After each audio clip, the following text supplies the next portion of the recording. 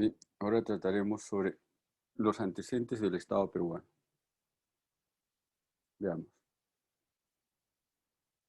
los antecedentes del Estado peruano. El Estado peruano nace como Estado independiente en 1821 y aprueba su primera constitución en 1823, según nos lo refiere Marcial Rubio Correa en su libro El sistema jurídico, Introducción al Derecho.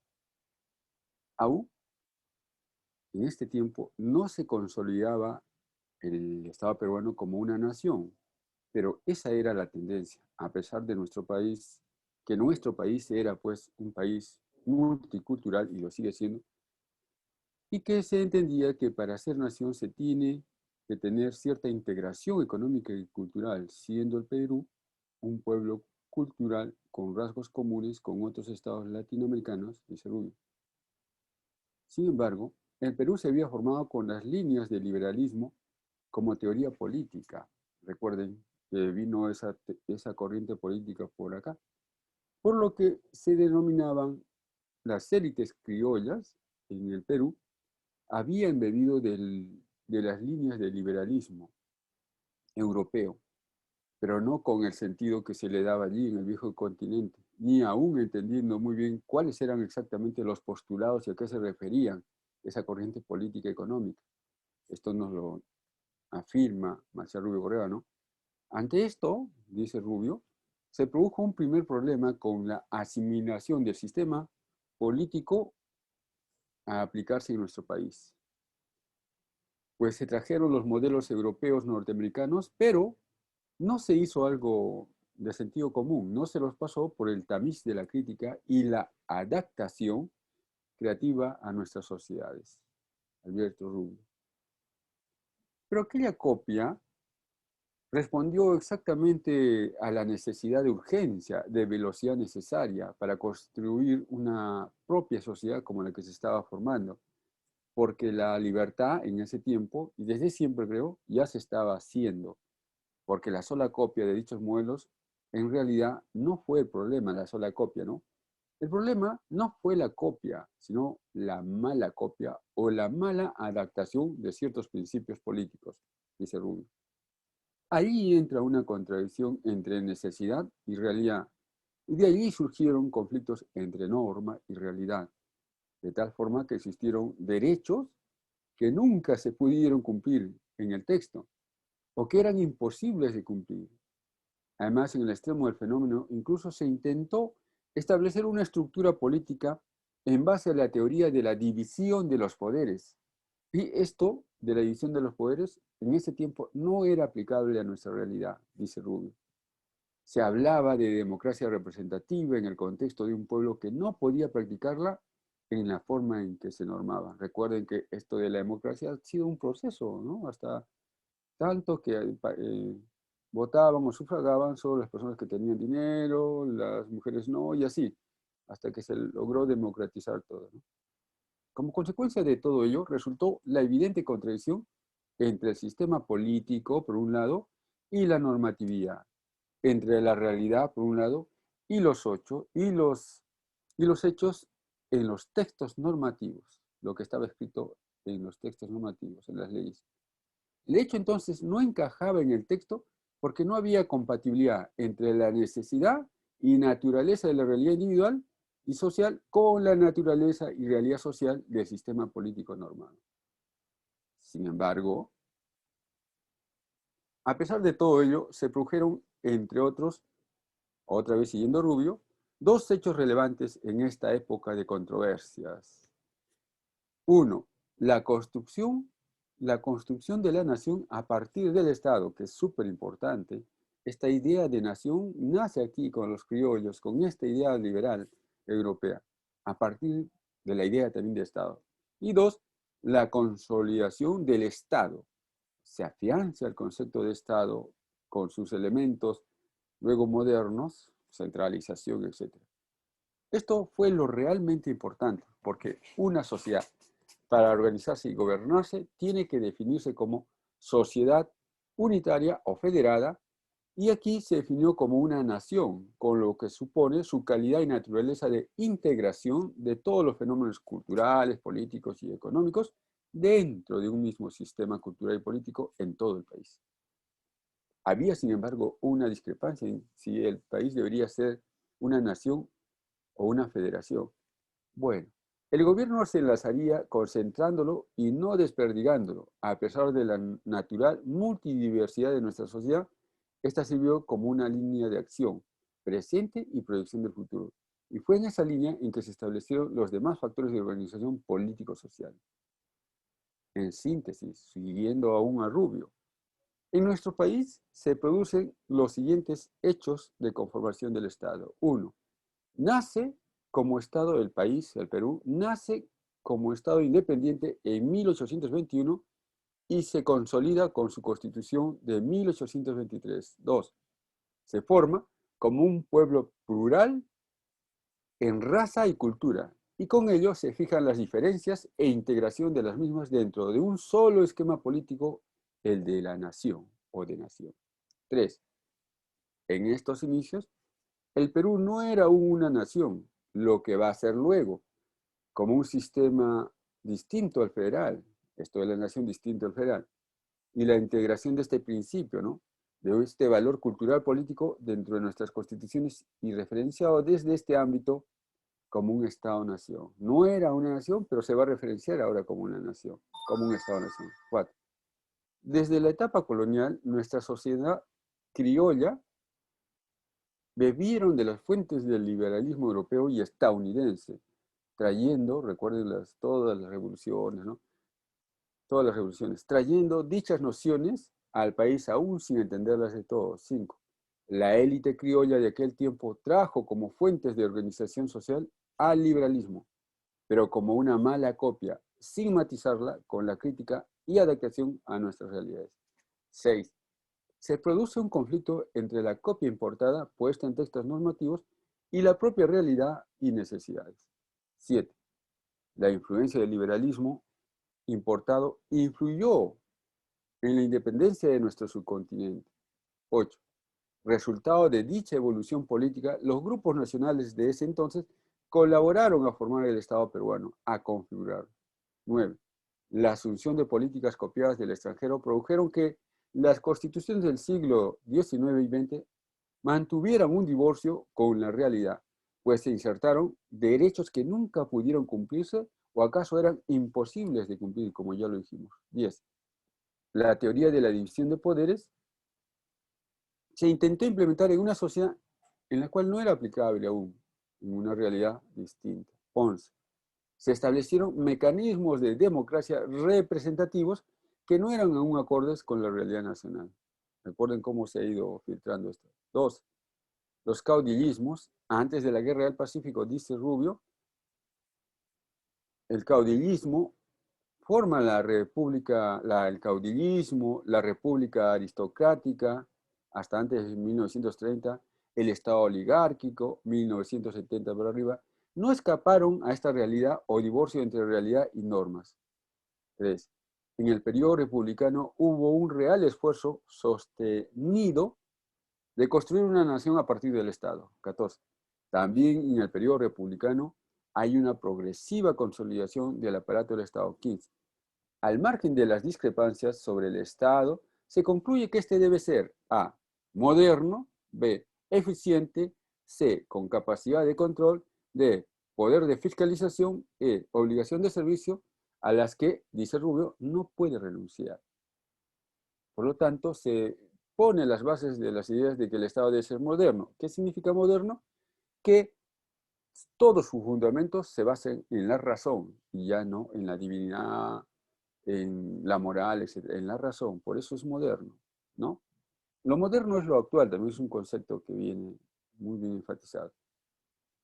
Al decir eficiente se estaba diciendo de que tenía que superar todos los problemas y todas las deficiencias que tenía este Estado para realizar sus servicios, y que es algo que le atribuyen como calidad a un Estado moderno, que es diferente el de un Estado o un feudo o una monarquía, etcétera, porque ahí la eficiencia con la sociedad no es importante, sino la eficiencia para acumular la riqueza de los gobernantes.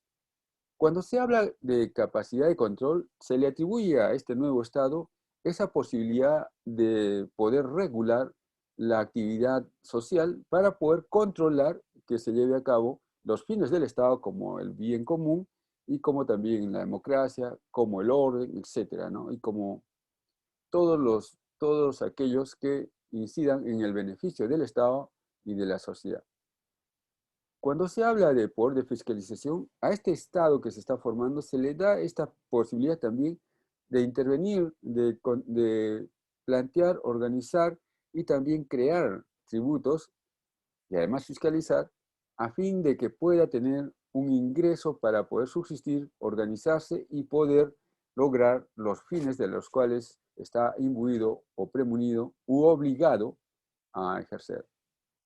Y cuando hablamos que el Estado ahora tiene la obligación de servicio, es porque el rey no tenía antes, aunque la historia dice que ha tenido que hacer pequeños convenios con el pueblo para poder gobernar, así se ha ido desmistificando su poder absoluto y ha logrado el pueblo intervenir, ¿no? A través de toda una revolución económica, prácticamente económica, por intereses. Bueno, pero ahora en un Estado moderno hay la obligación del Estado de ser servicio. Todos estos elementos del Estado, que ser un Estado moderno, eficiente, con capacidad de control, con poder de fiscalización, con la obligación de servicio, todos estos elementos, todos estos factores, todos estos requisitos, estas condiciones, estas características, estas son características a las cuales no puede renunciar el Estado moderno, dice Rousseau.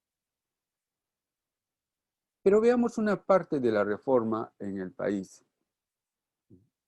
Pasando de la parte de los criollos, ahora un poco, mucho más aquí. El Perú en el año de 1998. Una descripción rápida, sucinta, pero muy precisa e interesante de tener en cuenta, sin intentar tener líneas políticas, pero sí con un enfoque objetivo, la encontramos en un libro que se llama Guía Legal de Negocios, Invirtiendo en el Perú, que ha sido compilada y editada por Beatriz Boza. En él están grandes personajes de ese tiempo, 1998. Y en él se esbozan las claves de cómo fue el gobierno a partir de ese momento. En esta guía legal de negocios se da una visión panorámica del fenómeno, de cómo se fue construyendo y reconstruyendo el Estado peruano. Y veamos, el primero en escribir en este libro es Felipe Ortiz de Ceballos y hace una síntesis respecto a qué había pasado en este tiempo, 1990.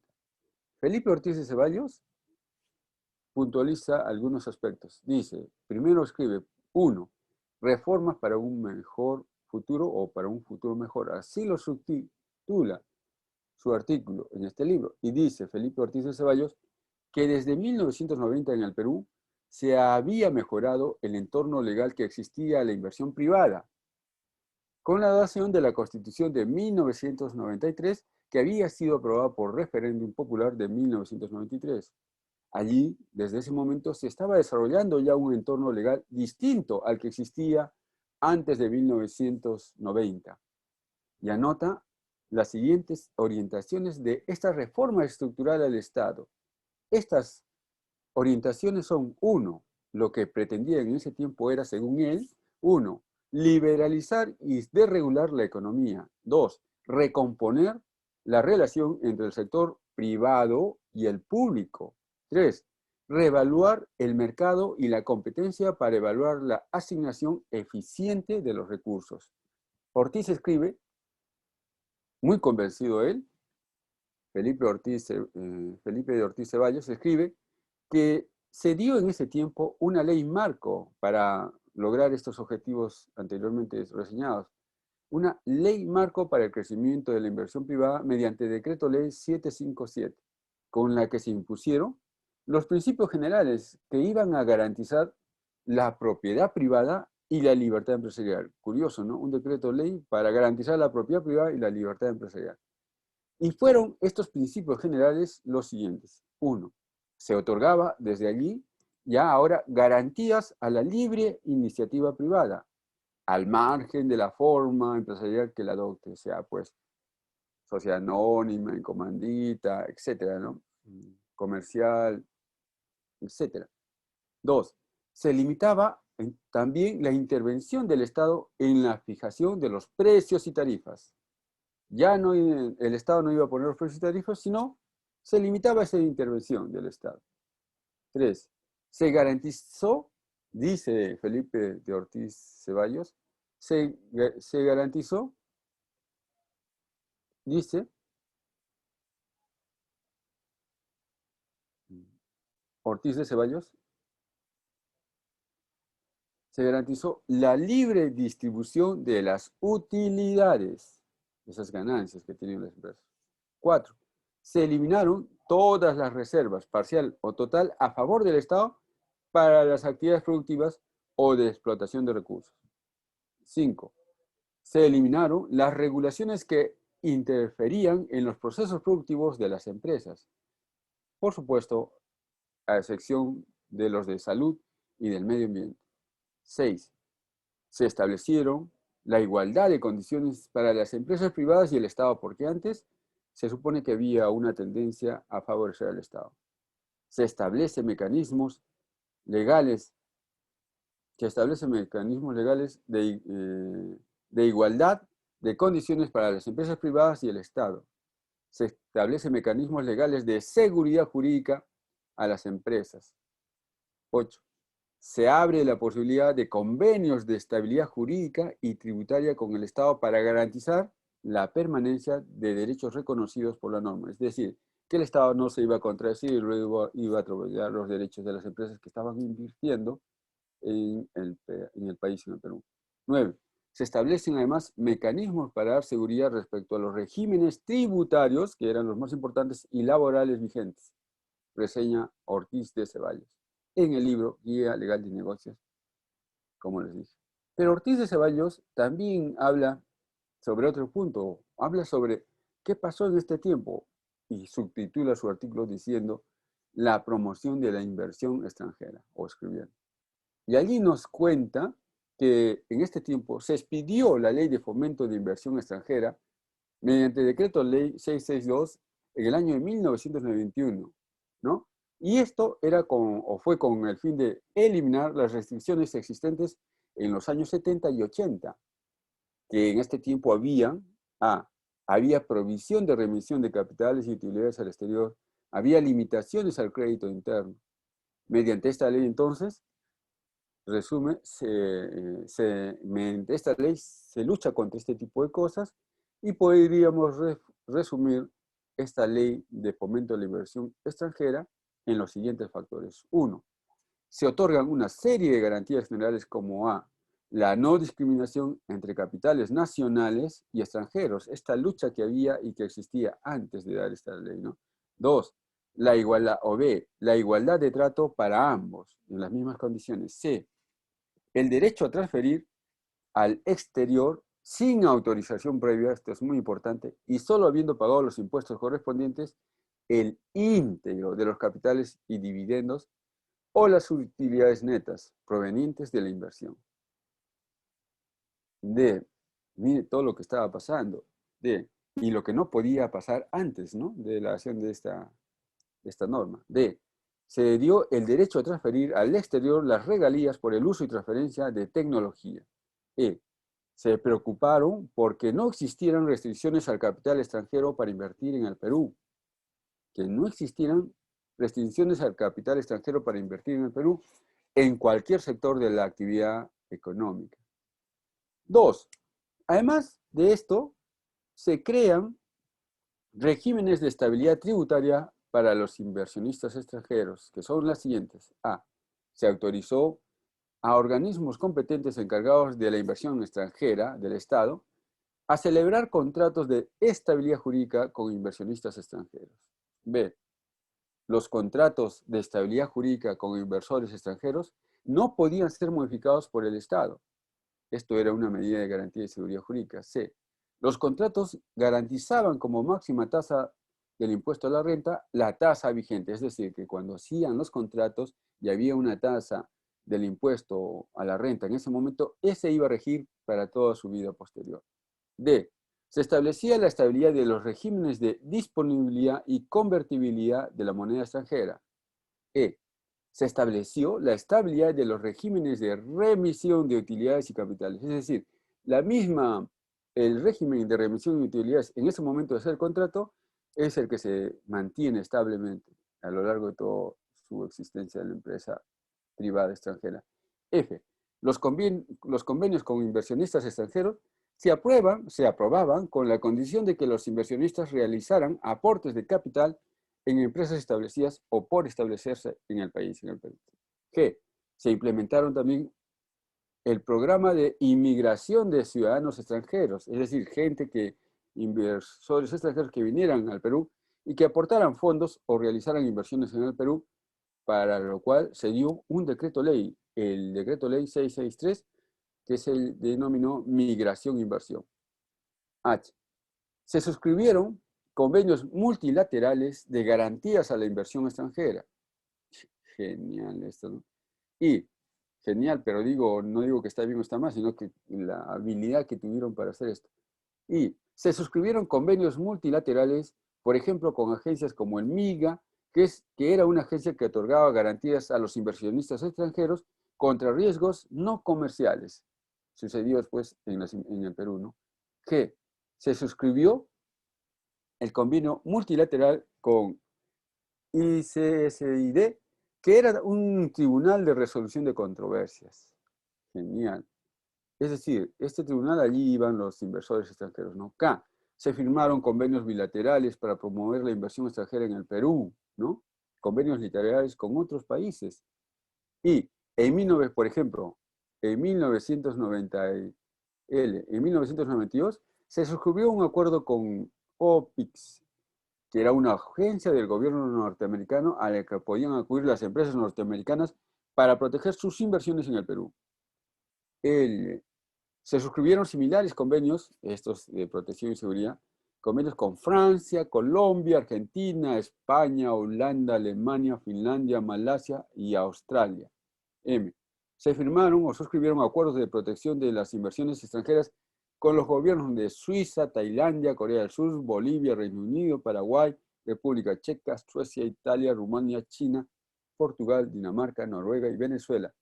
Y se promovía también la suscripción que estaba en ese tiempo de convenios unilaterales, similares, bilaterales con otros países vecinos, como por ejemplo dice Felipe Ortiz de Ceballos, algo de más de 25 países más, ¿no?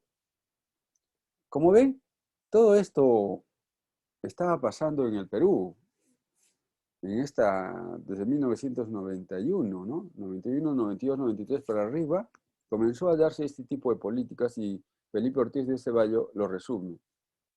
Que dejaremos por ahora para continuar luego explicando cuáles son las otras reformas más que se dieron en el tiempo y que reformularon la noción y la ejecución y la actuación del Estado en el Perú. Esto fue una revolución que cambió todo el sistema político-económico del país.